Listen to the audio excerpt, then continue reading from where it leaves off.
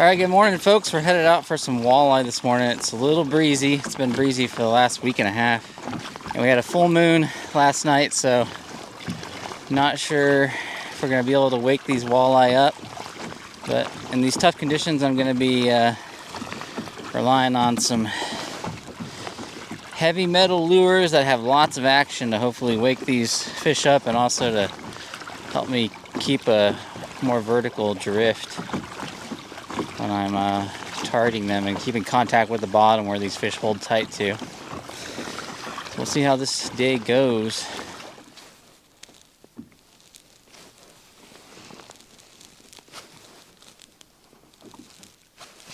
There we go. There's fish. Got him. Third drift. Finally got one on the laser minnow. That was 102 feet. On that second drift, I had a scale stuck on the hook, so I figured something had swiped at it. I just missed it.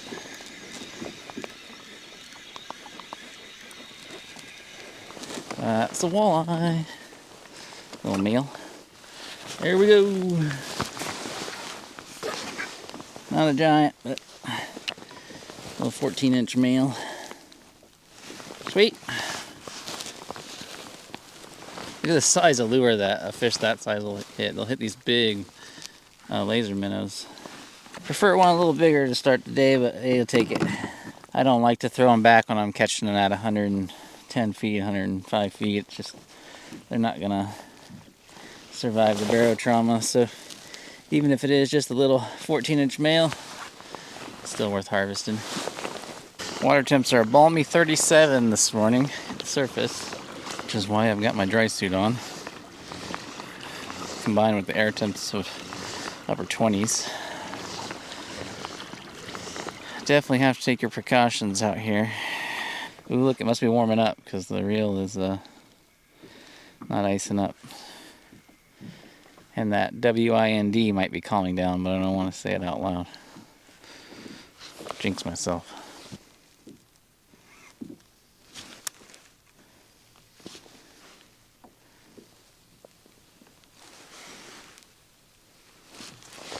Need to get turned back upstream. I can't adjust my speed when I'm... Oh, there's a fish right there.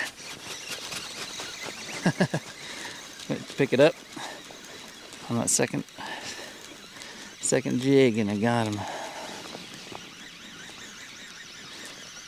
They're in that 96 to 105 foot range today.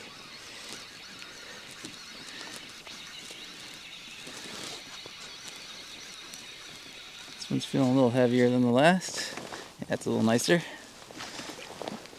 15, 16 incher. Take it. Sweet. The second one on laser minnow. Check that out. That's cool.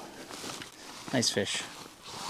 That's kind of my favorite eater size right there. Is younger males that are likely to have less toxins accumulated.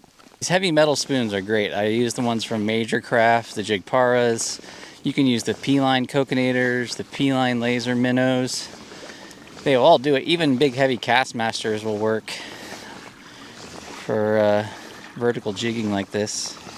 The main thing I want to focus on today is that it's okay to use really large, heavy lures to jig these deep water Columbia River walleye, because you know, today I was fighting that wind a little bit. It's starting to die down now, so it's getting a little bit easier, but it's just so much easier to keep contact with the bottom, to stay in that strike zone. You know, when I'm dealing with ice on my line today, I've had a light jig that only weighed a ½ ounce or something. It would be really hard to get line to pay off the reel if you've got a little bit of ice buildup. And so using that heavier lure really gives you an advantage. And you'll see that these fish, they're hitting a lure they can barely fit in their mouth. I mean, that's just how aggressive walleye are. You don't have to fish a tiny little jig. I can tell you right now, my fingertips are frozen. I wear this fingerless gloves to give me dexterity for tying and retying. And then I put a nitrile glove underneath that to keep my hands from getting wet. But dang, when it's in the 20s, it It doesn't seem to matter. If you just even with it getting wet on the outside of the glove, it's oh come on, it's still frozen. It's a challenge to keep the fingers warm. Turkeys on the shoreline there behind me. Here's fish. Got him. Nice. Feels like a decent fish. Little wiggles, yeah. Oh yeah, that's a nice walleye. There we go. It's a good sized fish, good grade. That's a nice sized walleye. That. Let's retire that laser minnow. Might come back to it if we don't have any luck with the next lure. Next we're going to try the new Rapala Magnum jigging wrap. This is another heavy metal lure. See if we can get some fish on it. Got this one in perch pattern, which catch lots of walleye with little perch in them. So I'm going to try something sneaky with this one. I'm going to actually poke my nose downstream and kind of increase my drift by just a few tenths of a mile per hour, so it's a little bit faster than the drift. It'll make it like this little minnow is darting, this little baby perch is darting down the river, going with the current, and hopefully that'll trigger a walleye to come up and smack it. Some days they'll hit pretty much anything you throw in their face, and some days they're super picky. So my lure is going to be a little bit behind me once I get rolling here. So I was drifting at 0.7, 0.8. I'm going to push that up to 1.1. And then I can just kind of control the kayak with my rudder. Keep my nose pointed downstream, but I still want to keep contact with the bottom. And not have too much line play out.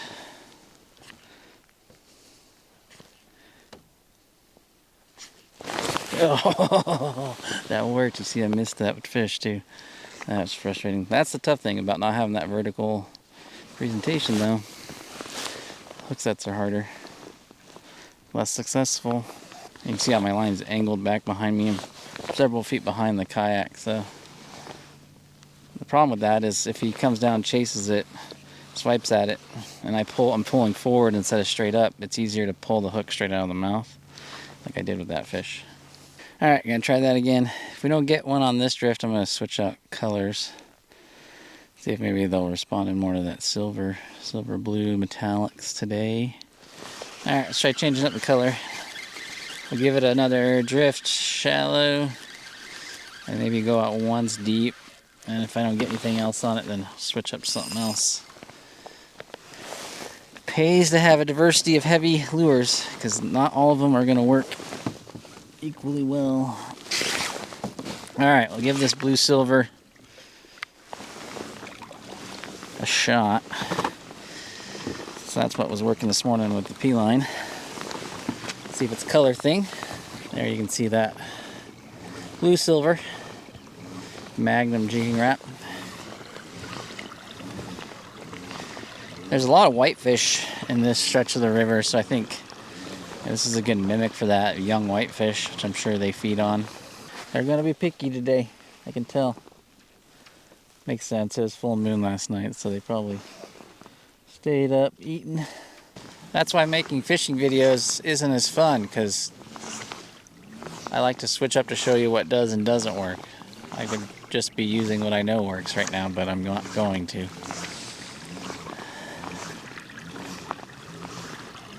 Because what's the fun in doing something that you already know works? Besides catching fish, which is actually pretty fun. The current shifted, it just completely dropped out. Like they've turned off power generation or something. So when they change the water flows like that really quickly, it'll really knock the bite down for a sec until things get settled back in. A lot of folks will start picking up and moving around. I know there's fish here, it's just a matter of figuring out what they want, the presentation they want, and waiting for that bite window to come back on. I will go ahead and change up and try a blade bait here and just see if that makes any difference. A little more vibration, and give that a couple drifts. If not, then I think it's just going to be a matter of perseverance and patience, which is pretty critical to any successful fishing trip. It's just being willing to wait out those bite windows, especially with walleye, because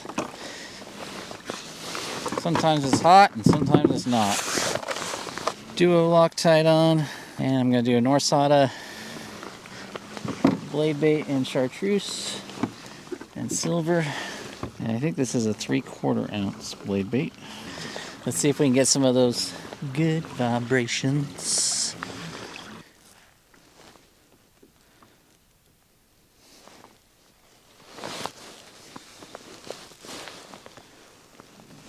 Here's fish.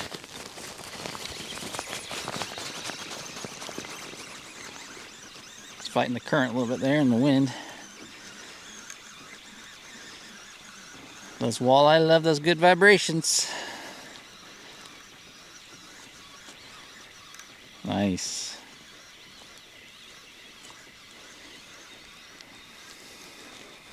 Good old blade bait woke them up. Seems like these deeper fish are always these little 14-inch males, and up shallower you'll find a mix of medium-sized males, an occasional female. But it feels good just to get another fish in the boat.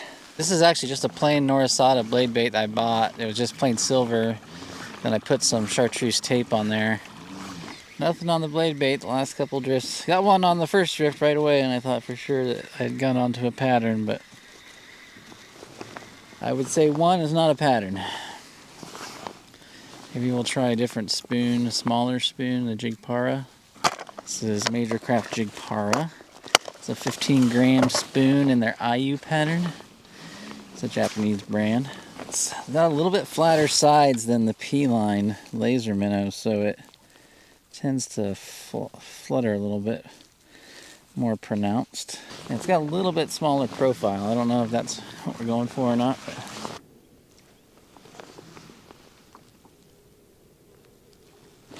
there's fish. Got it. Nice.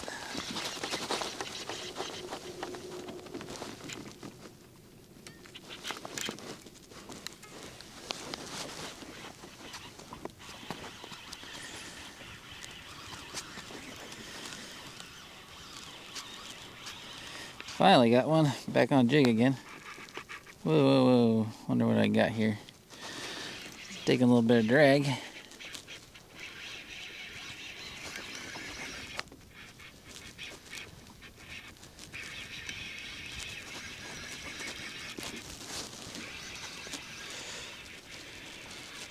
The wind is blowing me around all kinds of crazy. Oh, I got a whitefish. That's a nice whitefish too. They hit these jigs a lot. There we go.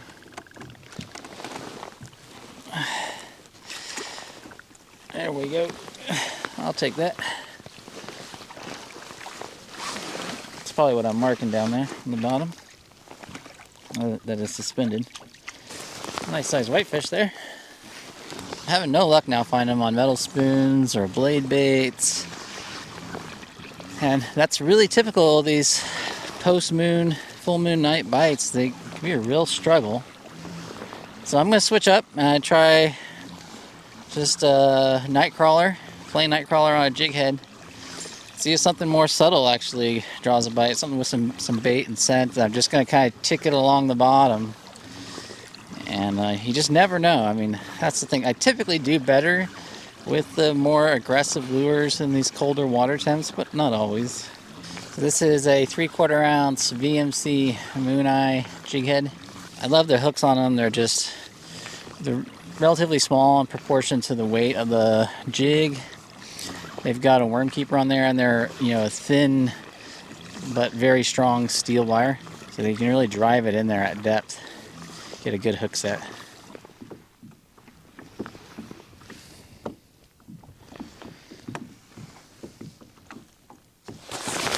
There There's one. Felt him hit that jig. Nice. Well, switched up to the jig helped.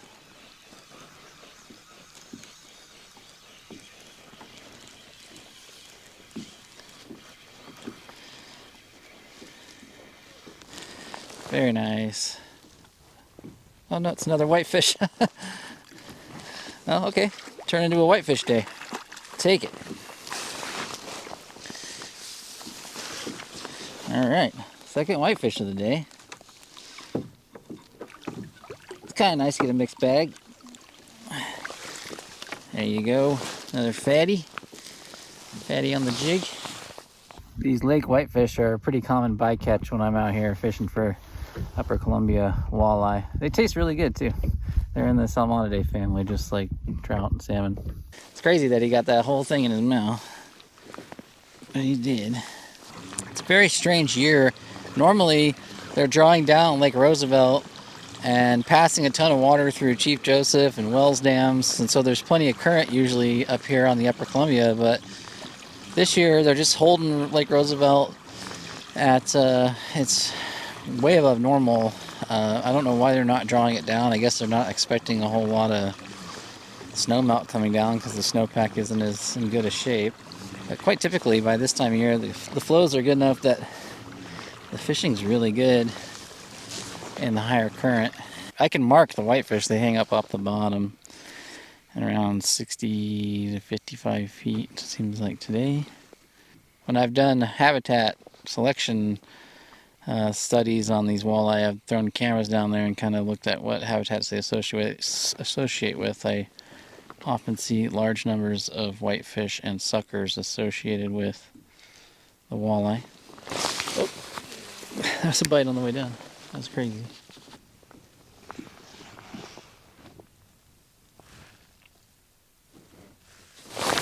There's fish. Nice. See what we got here. Kind of fighting like a whitefish.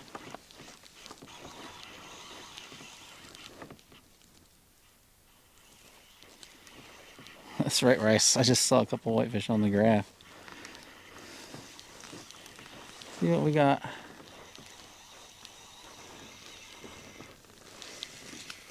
Yep, it's another whitefish. Nice.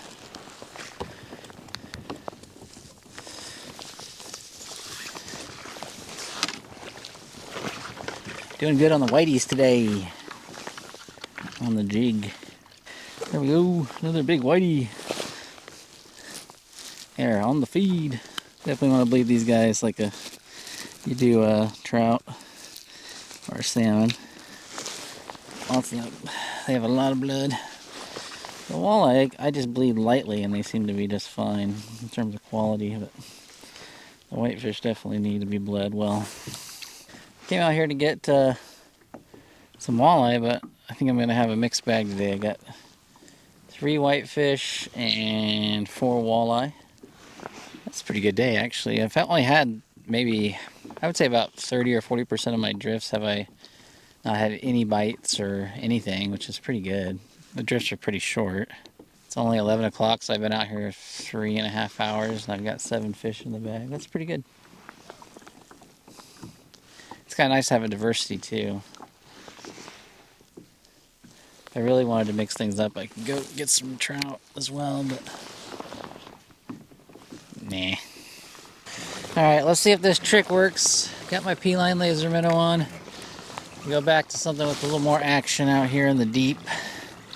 Just see if we can't wake the walleye up.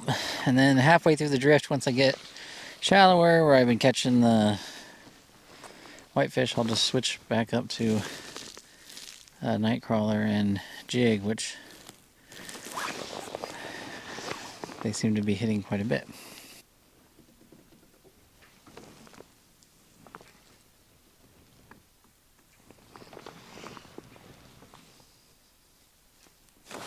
There we go. There's fish. Finally woke one up. 90 feet. Hey, that strategy pulled off. That's great.